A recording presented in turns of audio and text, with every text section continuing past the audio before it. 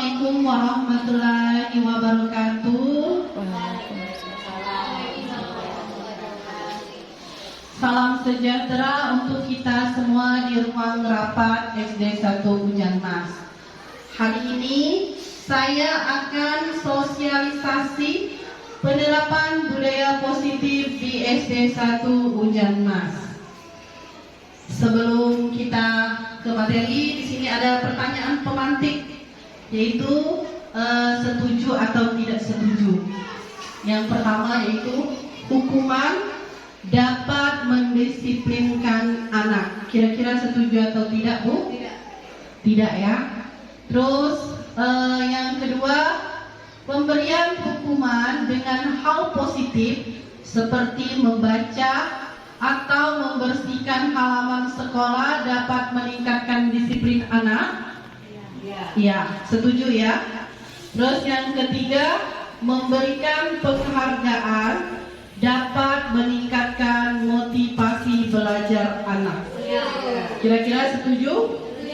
Nah, di sini sebenarnya kalau saya pribadi, Bu ya, kalau untuk memberikan penghargaan itu kurang setuju, karena itu bisa berdampak ke anak yang kira-kira dia bisa iri. Jadi anak tersebut yang tadinya ingin belajar tadi bukan ingin mendapatkan ilmu, tapi yang diharapkannya cuma penghargaan tersebut. Yang kedua, dia itu bisa berdampak pada siswa yang lain yang tadinya mungkin siswanya kurang pandai. Jadi dia merasa, kenapa saya tidak bisa seperti itu? Jadi akan ada rasa iri. Nah itu ya. Terus untuk selanjutnya, eksplorasi konsep disiplin positif dan nilai-nilai kebajikan universal.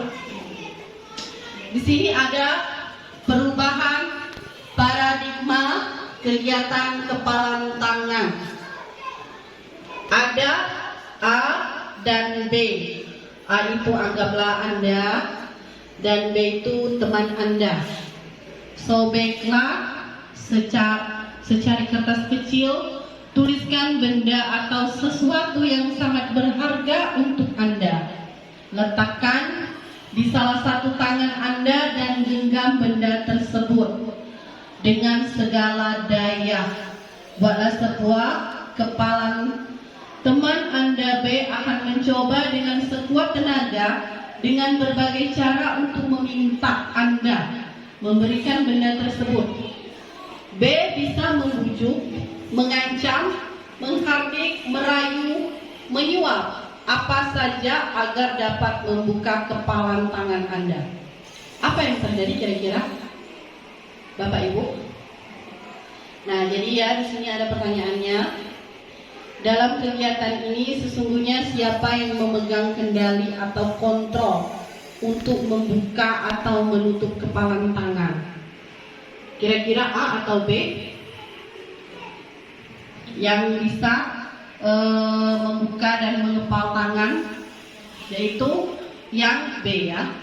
Nah, terus siapa yang sesungguhnya memegang kontrol yang menutup kepal tangan dan berusaha dengan segala cara untuk membuka kepal tangan rekannya?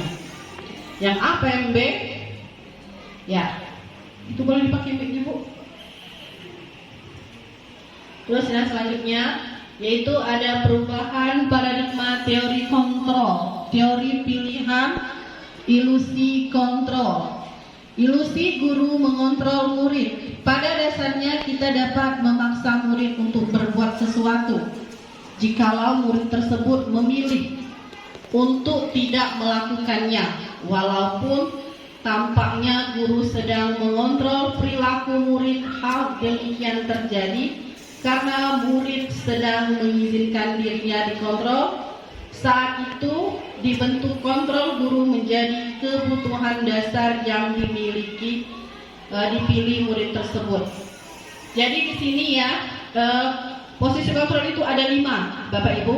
Yang pertama yaitu sebagai penghukum, yang kedua sebagai pembuat rasa bersalah, yang ketiga teman, yang keempat pemantau, yang kelima manajer. Kita lanjut lagi untuk nomor 2, ilusi bahwa semua perbuatan positif efektif dan bermanfaat. Penguatan positif atau bujukan adalah bentuk-bentuk kontrol segala usaha untuk mempengaruhi murid agar mengulangi suatu perilaku tertentu adalah suatu usaha untuk mengontrol murid tersebut dalam jangka waktu tertentu. Kemungkinan murid tersebut akan menyadarinya dan mencoba untuk menolak bujukan kita, atau bisa jadi murid tersebut menjadi tergantung pada sang guru untuk berusaha. Kita lanjut yang ketiga, ilusi bahwa kritik dan membuat orang merasa bersalah dapat menguatkan karakter. Menggunakan kritik dan rasa bersalah untuk mengontrol murid menuju pada identitas gagal. Mereka belajar untuk merasa buruk tentang diri mereka. Terus yang 4, ilusi bahwa orang dewasa memiliki hak untuk memaksa. Banyak orang dewasa yang percaya bahwa mereka memiliki tanggung jawab untuk membuat murid-murid berbuat hal-hal tertentu. Apakah yang dilakukan dapat diterima selama ada sebuah kemajuan berdasarkan sebuah pengukuran kinerja. Pada saat itu pula orang dewasa akan menyadari bahwa perilaku memaksa tidak akan efektif untuk jangka waktu panjang dan sebuah hubungan permusuhan akan terbentuk. Di sini ada disiplin positif. Disiplin positif itu terus ada nilai-nilai kebajikan. Jadi nilai-nilai kebajikan itu ada 5 ya. Yang pertama yaitu beriman, bertakwa kepada Tuhan yang Maha Esa. Terus yang kedua mandiri, yang ketiga bernalar kritis, terus berkebinekaan global, bergotong royong, kreatif. Eksplorasi konsep ya, teori motivasi hukuman dan penghargaan restitusi. Di sini ada teori motivasi perilaku manusia. Yang pertama motivasi eksternal dan motivasi internal. Nah, dihukum oleh penghargaan. Jadi jika anak tadi bersalah, jangan kita marahi atau kasarinya, bisa dengan penghargaan menurunkan kualitas. Ini ada penghargaan mematikan kreativitas dan penghargaan mengurangi motivasi intrinsik. Jadi tadi sudah saya jelaskan bahwa sebenarnya penghargaan itu tuh bisa ya, tapi kebanyakan lebih pro-nya tuh banyak yang tidak setuju. Itulah akibatnya yang kasihannya tuh yang siswanya tadi kurang pintar, jadi dia merasa iri ataupun tidak bisa untuk mendapatkan penghargaan tersebut. Terus juga yang dapat penghargaan siswa itu jika mendapatkan nilai bukannya keinginan dia sendiri, karena ada embel-embel sebuah penghargaan. Nah, jadi itu kalau kita yang guru SD, penghargaannya kalau tiap 1 bulan saja sekali, bagaimana kalau terhitung 6 bulan? Jadi begitu ruginya maksudnya.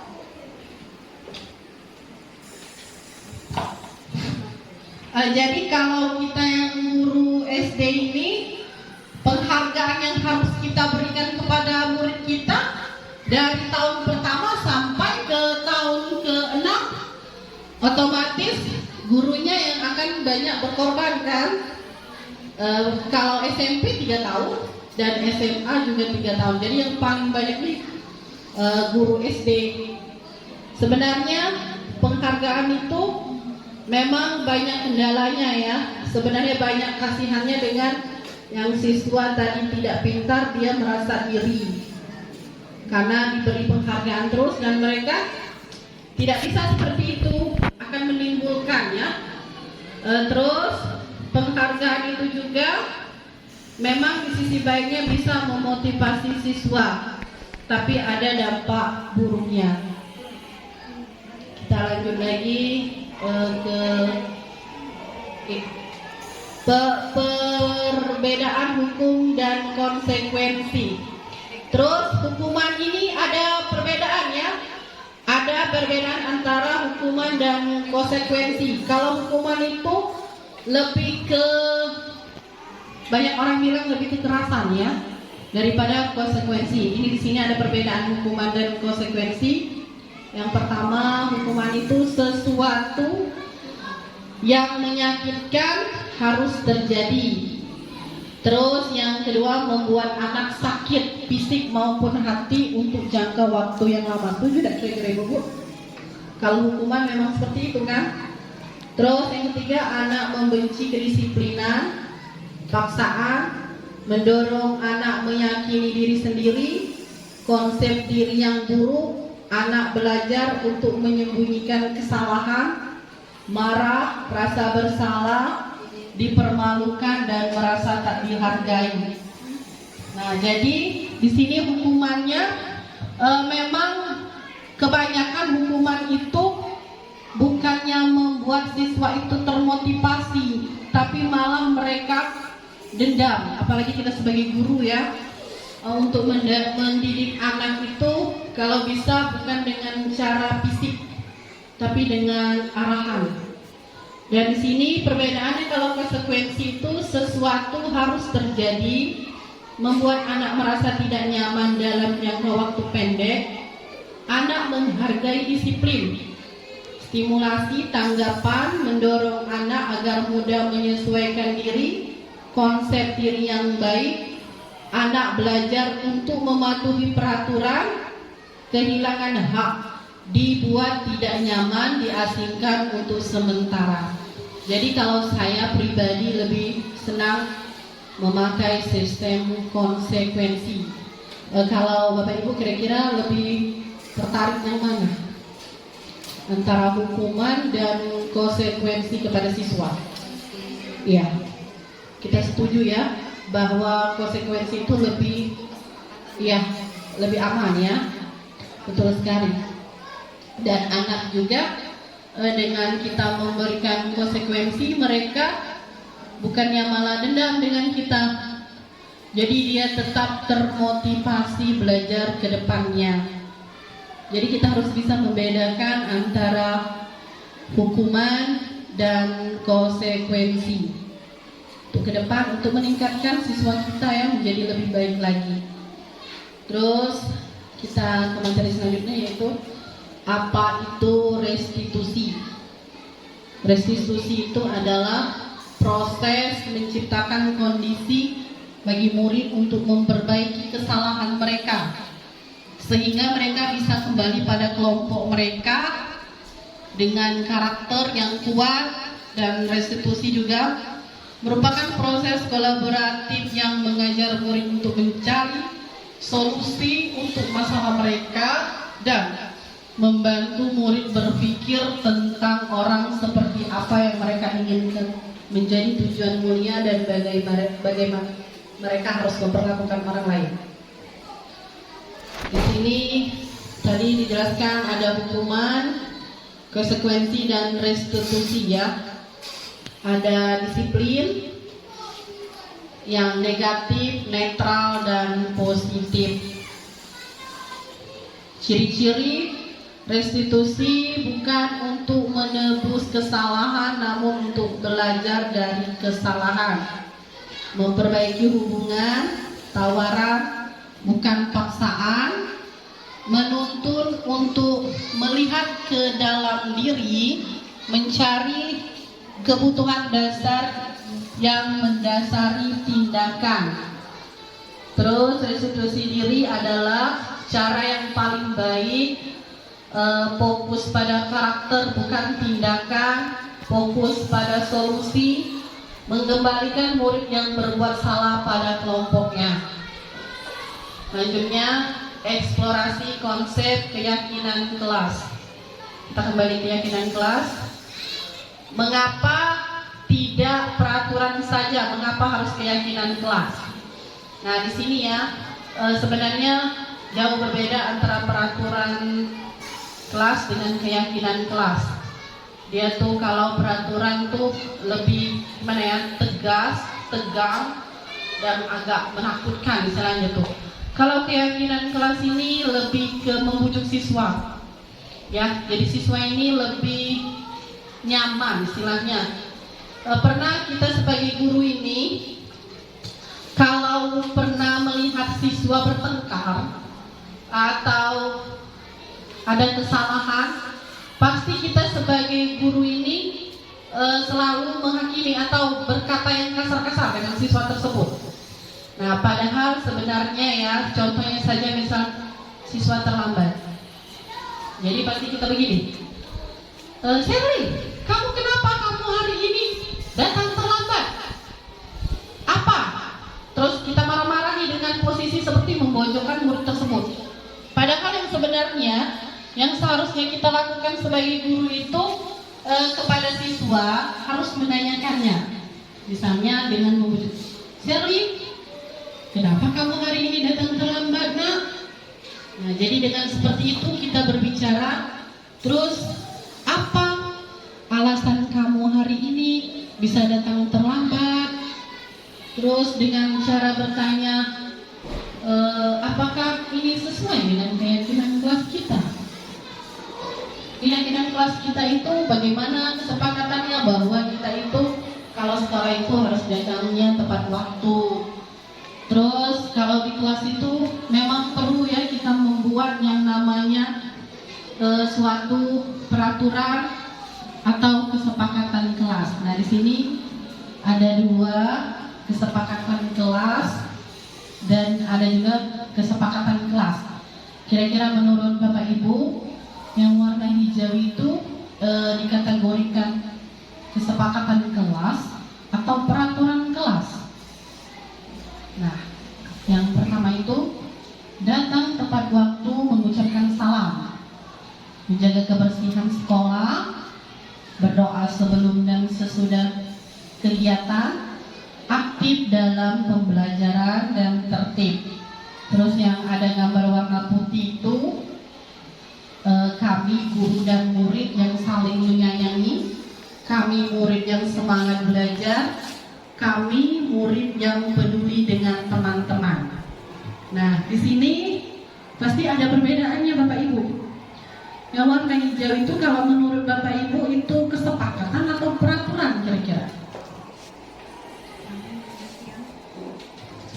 Kesepakatan atau peraturan, datang tepat waktu, mengucapkan salam, terus menjaga kebersihan sekolah, berdoa sebelum dan sesudah kegiatan, aktif dalam pembelajaran dan tertib. Itu sebenarnya bukan kesepakatan kelas. Iya, itu adalah peraturannya. Peraturan, ya, peraturan. Jadi benar sekali ya bahwa itu adalah peraturan yang harus ditaati oleh siswa. Nah, kalau kesepakatan kelas yang warna putih itu, jadi kesepakatan kelas itu bukan hanya mencangkup untuk siswanya saja, tapi gurunya juga. Gurunya harus sama-sama mempunyai kesepakatan di dalam ruang tersebut. Misalnya, kami guru dan murid yang saling menyayangi, kami dan murid semangat belajar, kami murid yang peduli dengan teman-teman. Jadi kita harus bisa membedakan antara peraturan dan kesepakatan kelas. Boleh untuk ke depan Bapak Ibu jika ingin berjalan atau mencontoh dalam kelas itu dibuatlah kesepakatan kelas antara siswa dan gurunya. Jadi nanti pada saat siswanya masuk, oh ternyata kami sudah punya kesepakatan kelas dengan guru dan siswa. Misal contohnya datang tepat waktu. Yang kedua, kalau tadi berbicara dengan sopan, terus saling menghargai antara teman dan guru, itu bisa berpakaian rapi. Nah, itu bisa diterapkan ya Bapak Ibu untuk di kelasnya. Dan ini kita lanjut lagi, pembentukan keyakinan sekolah atau kelas bisa lebih abstrak dari peraturan yang lebih rinci dan konkret. Keyakinan kelas berupa pertanyaan-pertanyaan universal. Pernyataan keyakinan kelas senantiasa dibuat dalam bentuk positif. Keyakinan kelas sebenarnya tidak terlalu banyak sehingga mudah diingat dan dipahami oleh semua warga kelas. Keyakinan kelas sebaiknya sesuai yang dapat diterapkan di lingkungan tersebut. Semua warga kelas hendaknya ikut berkontribusi dalam pembuatan keyakinan kelas lewat kegiatan curah pendapat. Bersedia meninjau kembali keyakinan kelas dari waktu ke waktu. Nah, di sini ada ada pilihan. Kira-kira menurut Bapak Ibu ada peraturan dan keyakinan kelas.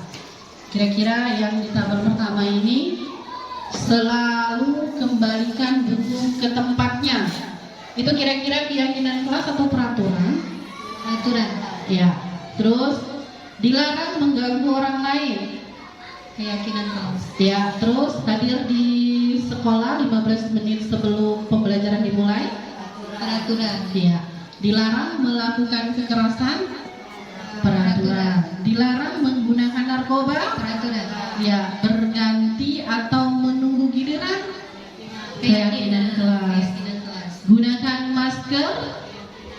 Ya. Jangan berlari di kelas atau koridor. Itu keyakinan kelas atau peraturan. Ya. Baiklah. Saya rasa bisa memahami arti peraturan dan keyakinan kelasnya. Nah, di sini eksplorasi konsep ada 5 posisi kontrol. Nah, yang saya katakan tadi bahwa kita sebagai guru ini punya 5 posisi kontrol.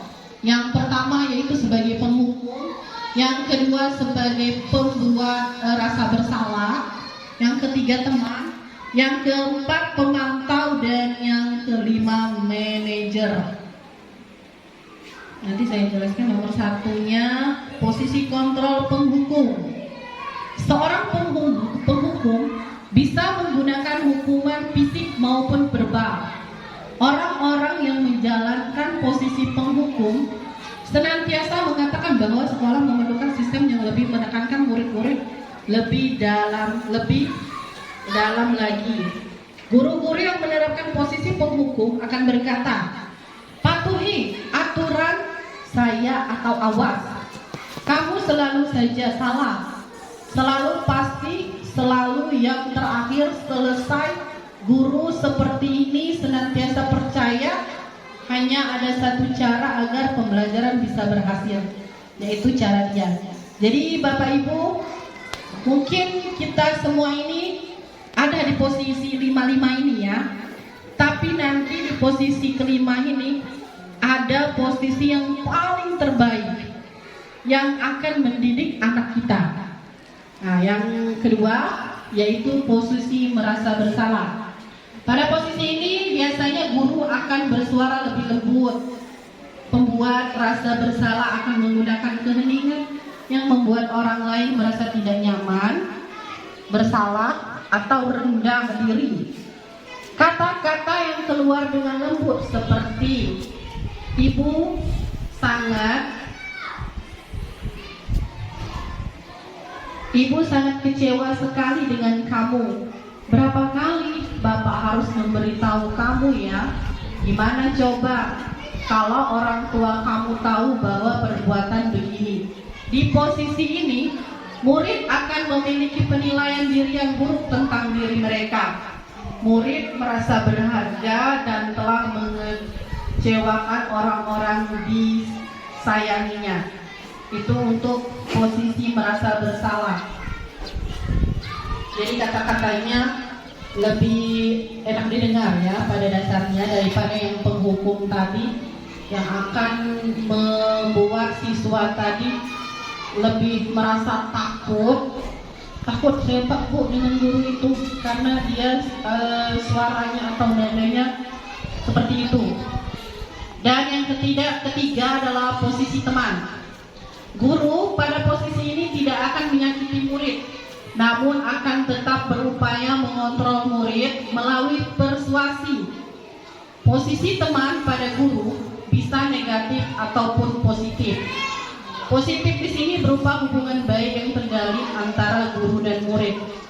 Guru di posisi teman menggunakan hubungan baik dan humor untuk mempengaruhi seseorang. Mereka akan berkata, ayo bantulah demi Bapak ya. Jadi di posisi teman ini sebenarnya yang benar bahwa pasti ada negatif dan positifnya ya.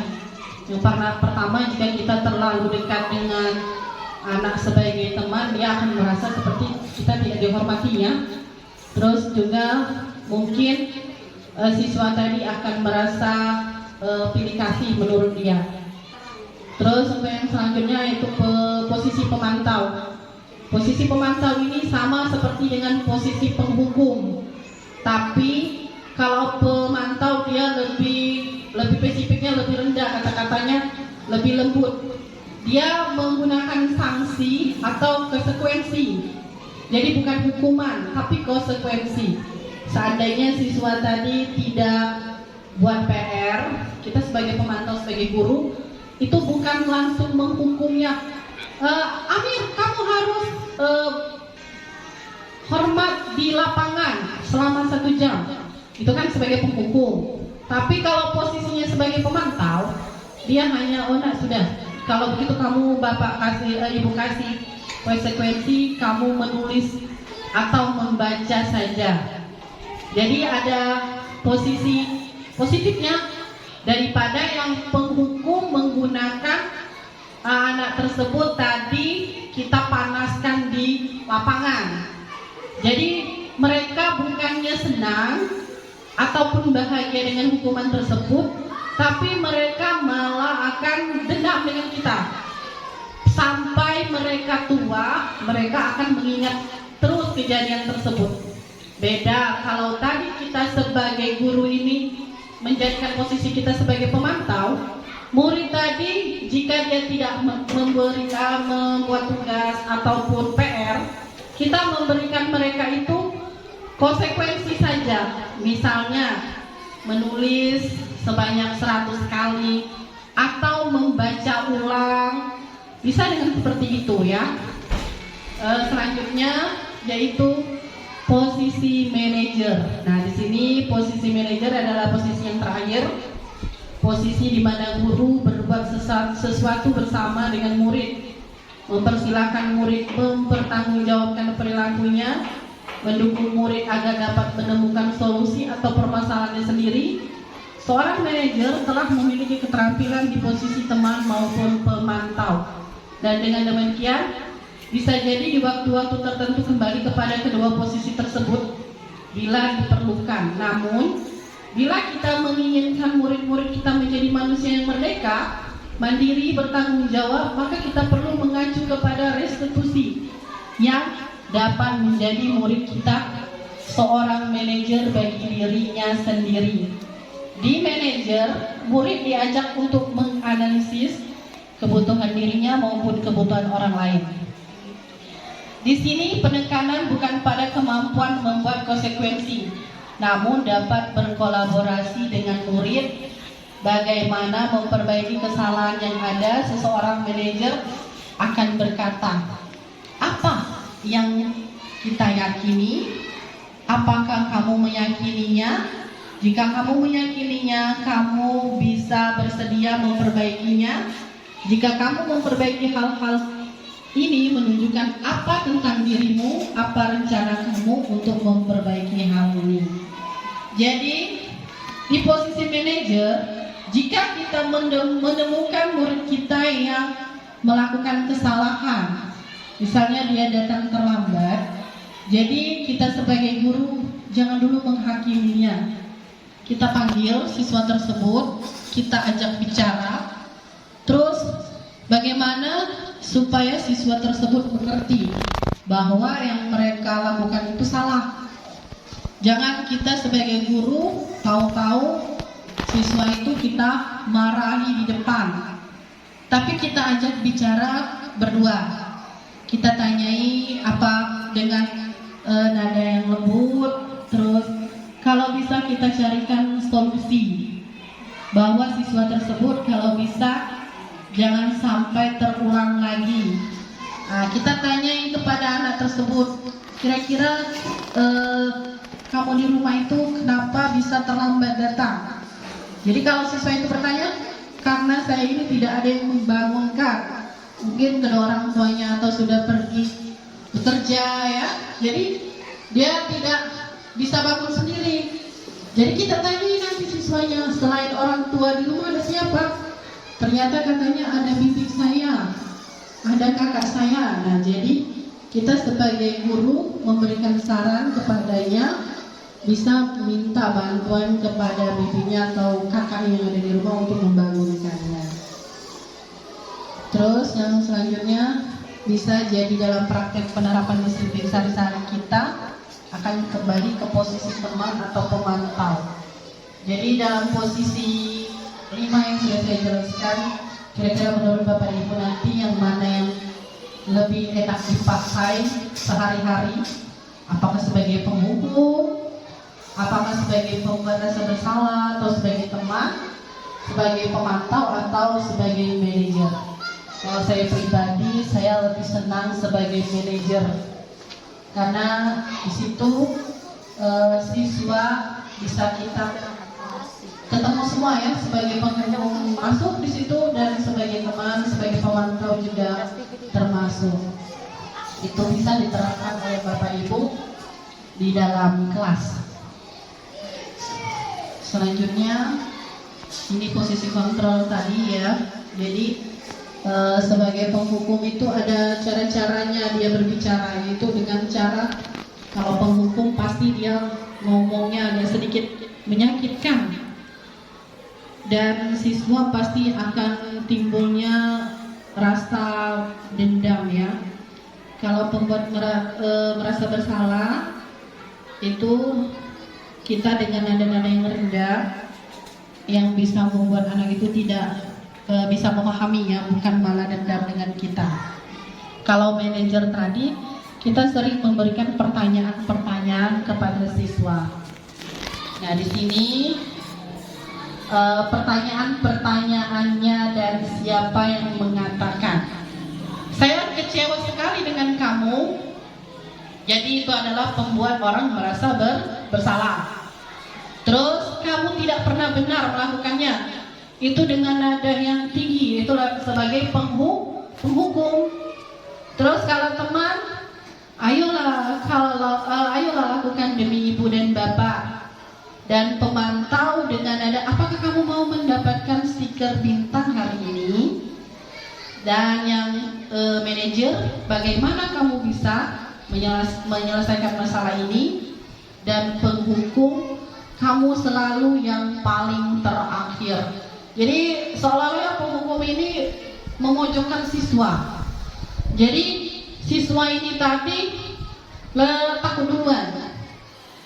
Dengan kita guru sebelum diberi ini sudah takut. Kalau belajar tadi mungkin tidak masuk lagi dia, tidak ngerti lagi karena ketakutan.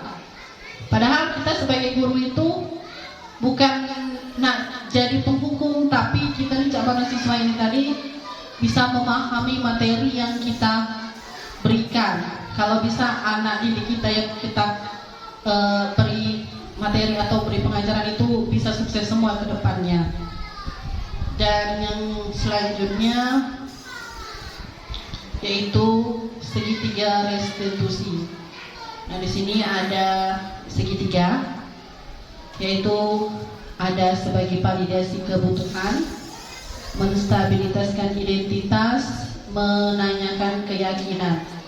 Ini sebenarnya sih dikategorikan untuk kita menyelesaikan masalah. Bisa dengan segitiga restitusi. Jadi kalau seandainya ada siswa kita yang punya masalah, misalnya masalah di kelas itu kan banyak kita menemukan masalah biasanya kepada siswa yang tadinya mungkin saling bertengkar karena masalah mencontek ya, ataupun juga ada yang siswa yang sering keluar masuk kelas, entah itu alasannya kencing lah atau alasannya keluar jajan lah, itu kan termasuk kita bisa menggunakan segitiga restitusi. Atau yang tadi pernah kita lihat di lingkungan kita, yaitu masalah masalah kebersihan, piket kelas. Pastilah ya, misalnya siswa kita tuh ada 5 orang, ternyata yang cuma bekerja cuma ada 3 orang, yang 2 orang atau 1 orangnya dia sering paling tulang istilahnya tuh. Jadi dia melaporlah ke guru bahwa Bu atau Pak, bahwa Riko ini tadi tidak piket. Nah itu siswa itu boleh kita panggil, kita bicarakan, kita bisa menggunakan segitiga restitusi agar siswa itu yang pertama kita melakukan validasi kebutuhan. Kita bisa memberikannya suatu pertanyaan ataupun menanyakan kabarnya, terus baru dengan menstabilisasi identitas, baru menanyakan keyakinan. Itulah kenapa kalau di dalam kelas itu kita perlu sekali kesepakatan kelas. Jadi pada saat kita menyelesaikan masalah kepada siswa, yang masalah kecil istilahnya jangan dibesar-besarkan. Contohnya tadi kata saya yang siswa tidak piket. Jadi tidak piket itu yang si ahli itu, misalnya si Riko itu tadi, bagaimana kita menasehatinya supaya untuk kedepannya dia bisa berubah. Jadi dia tadi mengikuti atau bergotong royong bersama temannya untuk menyelesaikan pikirnya dan menjadi anak yang bertanggung jawab. Kita bisa itu memanggilnya atau memberikan solusi kepada siswa tersebut.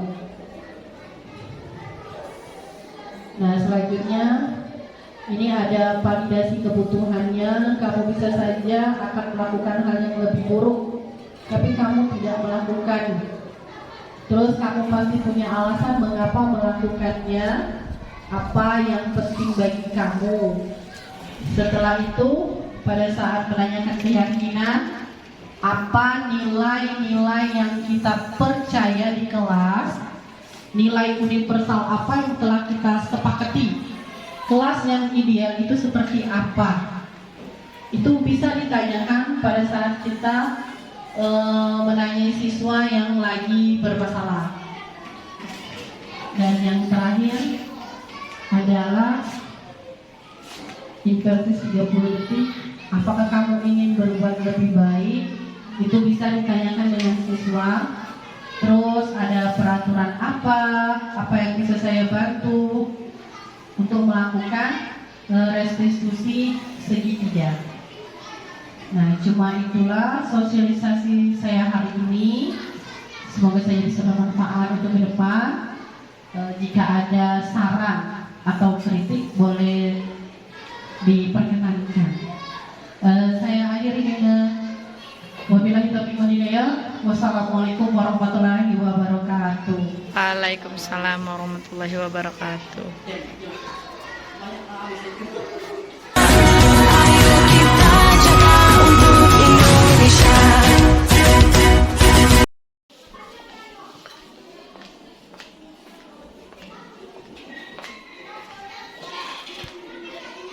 Assalamualaikum warahmatullahi wabarakatuh. Waalaikumsalam warahmatullahi wabarakatuh. Apa kabar anak hari ini? Baik. Apa biasanya ibu bilang? Apa kabar hari ini? Alhamdulillah luar biasa. Allahu Akbar. Ya, semangat ya, belajarnya harus semangat. Jadi di sini ibu akan menjelaskan atau ingin membuat keyakinan kelas. Nah, sudah tahu belum apa itu keyakinan kelas? Belum ya? Belum. Jadi keyakinan kelas itu nak ya, sesuatu yang harus kita bisa bertanggung jawab. Jadi dalam bentuk kesepakatan kelas. Nah, kesepakatan kelas ini bisa yaitu peraturan. Nah, kita di sekolah ini pasti punya peraturan kan? Punya tidak? Punya. Ya, punya ya, pasti punya peraturan. Jadi di sekolah sudah ada peraturan, kita di kelas harus ada juga peraturan, yaitu dengan kesepakatan kelas. Gunanya supaya kita bisa tertib dan bertanggung jawab. Kira-kira pernah ada yang dengar apa itu kalau peraturan? Apa kira-kira peraturan?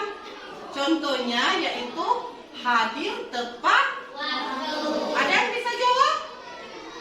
Apa Sirli? Tertib saat belajar. Iya benar. Jadi kita harus tertib pada saat belajar. Jadi kalian punya kesepakatan kelas. Oh ternyata kita di dalam kelas itu harus tertib. Tidak boleh istilahnya itu ribut. Jadi pada saat kita sudah masuk dalam kelas, kita harus tertib, ya, harus sopan. Jadi di sini Ibu nanti akan membagikan topelan. Gunakanlah kalimat yang positif. Jadi pada saat membuat kesepakatan kelas, kita tidak boleh menggunakan kata yang dilarang, tidak, jangan, ya. Tapi gunakanlah kata-kata yang baik. Jadi ini Ibu akan bagikan. Nanti kamu ditulis, ya. Penanya boleh dikeluarkan. Nanti Ibu nanti selesai ini kita tempel. Di sini kan ada lemnya, nah ya jangan terbalik nulisnya. Nah, jadi posisinya seperti ini, ya. Nanti Ibu bagikan. Tulis nak ya.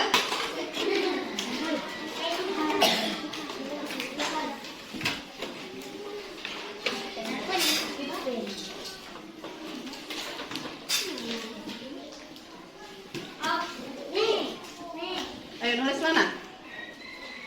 Tulis kesepakatan kelas. Nah, jangan terbalik ini.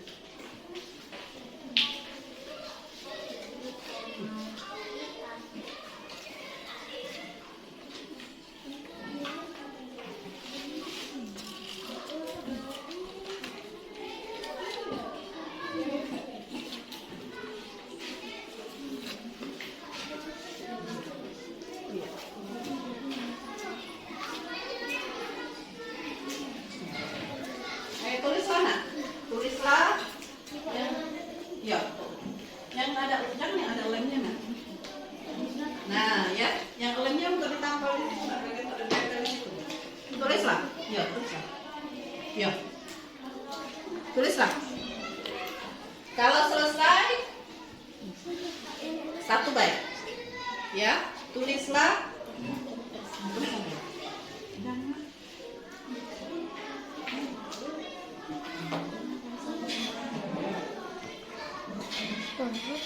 Tulislah. Yang kesepakatan kelas kita nak ya.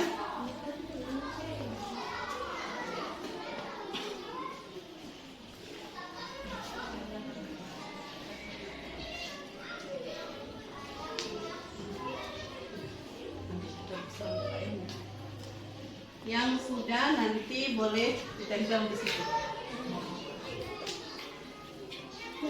Nah, ayo giliran ya biar tidak ini tempel sini nak. Tempel sini. Ayo Charlie. Ini biar jadi enggak. Nah, ayo. Ayo Rafika. Udah? Tempel sini. Nah. Ayo. Barisan ini dulu ya. Nah, biar tertib. Ya.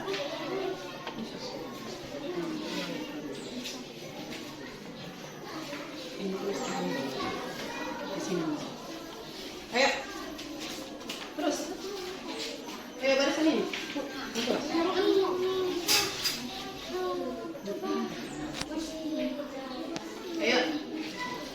Niko, Rafika, Ria, Mat, Amat. Nah, ini ada lemnya ya. Nah, kita pucuk. Karen, ayo, Zah.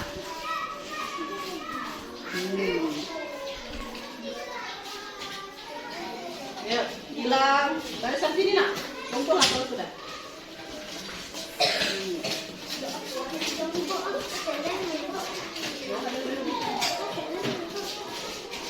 Ini ada.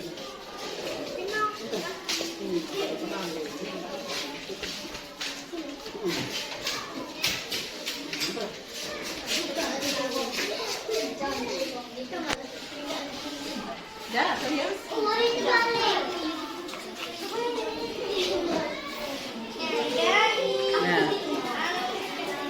Nah ya, sekarang di sini kita sudah dapatkan kesepakatan kelas. Nah di sini ibu baca tertib saat belajar. Benar ya, itu menggunakan kalimat yang positif. Terus ada lagi, pikir bersama-sama, hadir tepat waktu, empati terhadap sesama teman, jagalah kebersihan. Terus di sini ada yang masih menggunakan kalimat tidak. Jadi yang tidak ini ibu buang nak ya. Kita ganti, bukan ibu buang, tapi kita perbaiki kata-katanya. Yang tadi jangan ribut, kita ganti dengan tertib di dalam kelas. Jadi yang menggunakan jangan membuang sampah sembarangan, ibu ganti dengan jagalah kebersihan apa nak? Kelas ya. Nah di sini yang masih menggunakan kata yang tidak atau dilarang, ibu ganti. Kita perbaiki nak ya. Nah di sini masih ada yang menggunakan kata tidak. Nah ternyata setelah ibu baca, kita menemukan kesepakatannya ada lebih 10 kesepakatan.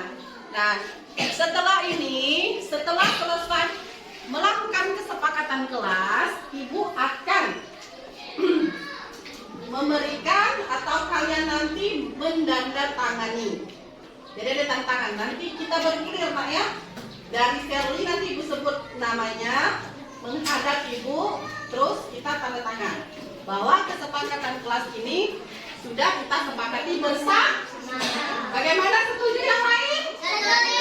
Nah, jadi kesepakatan kelas ini kita resmikan dan kalian harus mematuhinya, nak ya. Dengar nak? Dengar tak? Sekarang nanti ibu panggil satu-satu, kita menandatangani kesepakatan kelas.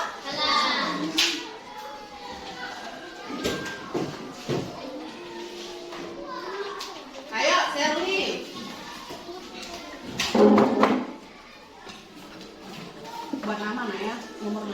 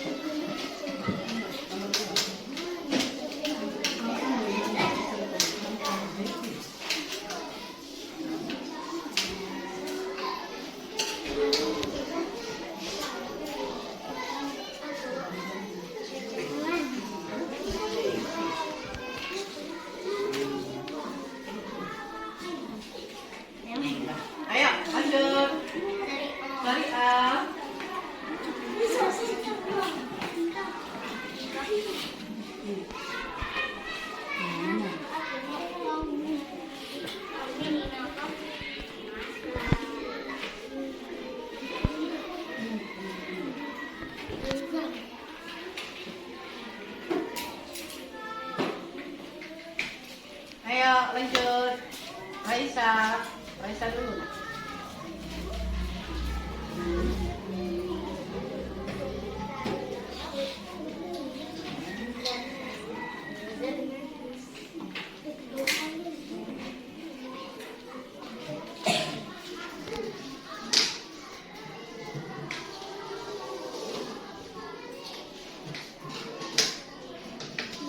Lanjut. Niko.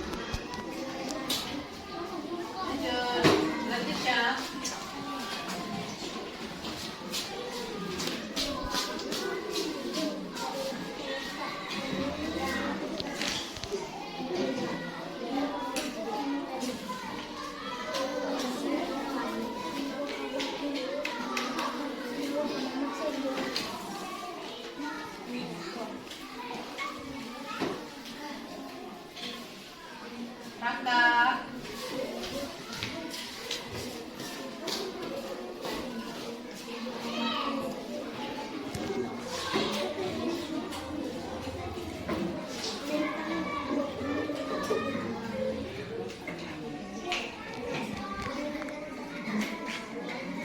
Lanjut, Reza.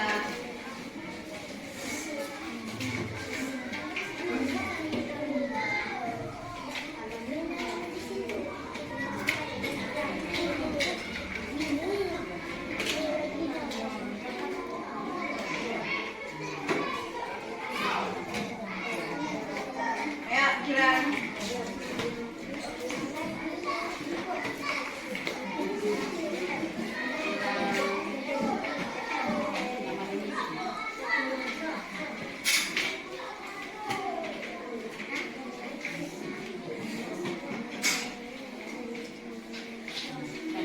Ayo, Tani.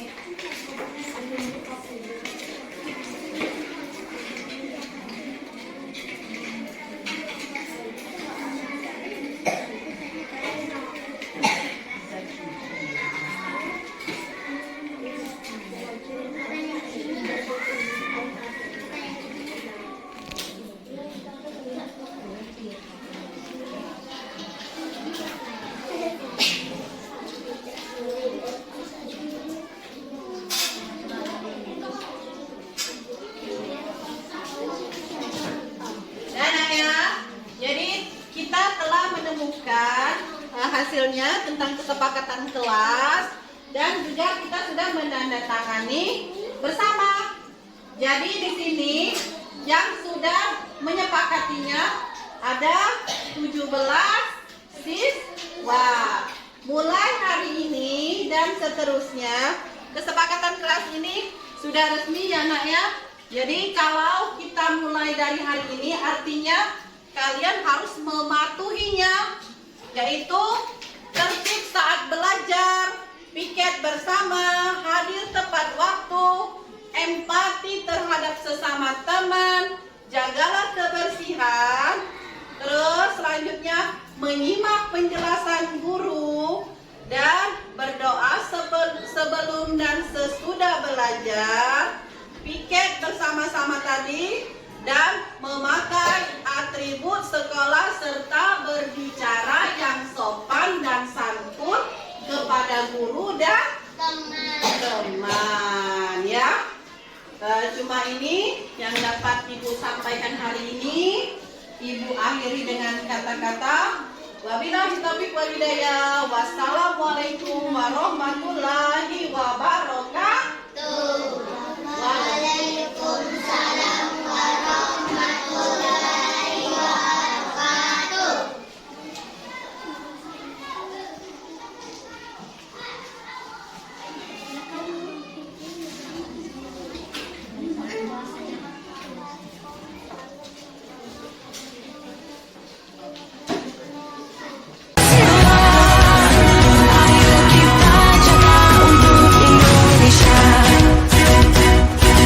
Assalamualaikum warahmatullahi wabarakatuh. Perkenalkan, nama saya Safira Anjani dari kelas 5. Assalamualaikum warahmatullahi wabarakatuh. Perkenalkan, nama saya Muhammad Kadiansyah dari kelas 5. Assalamualaikum warahmatullahi wabarakatuh. Perkenalkan, nama saya Syaila Anjani Wulandari dari kelas 5.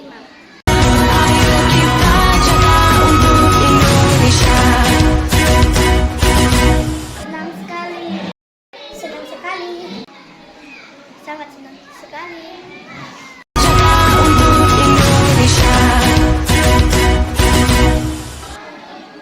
Sangat penting. Sangat penting. Sangat penting.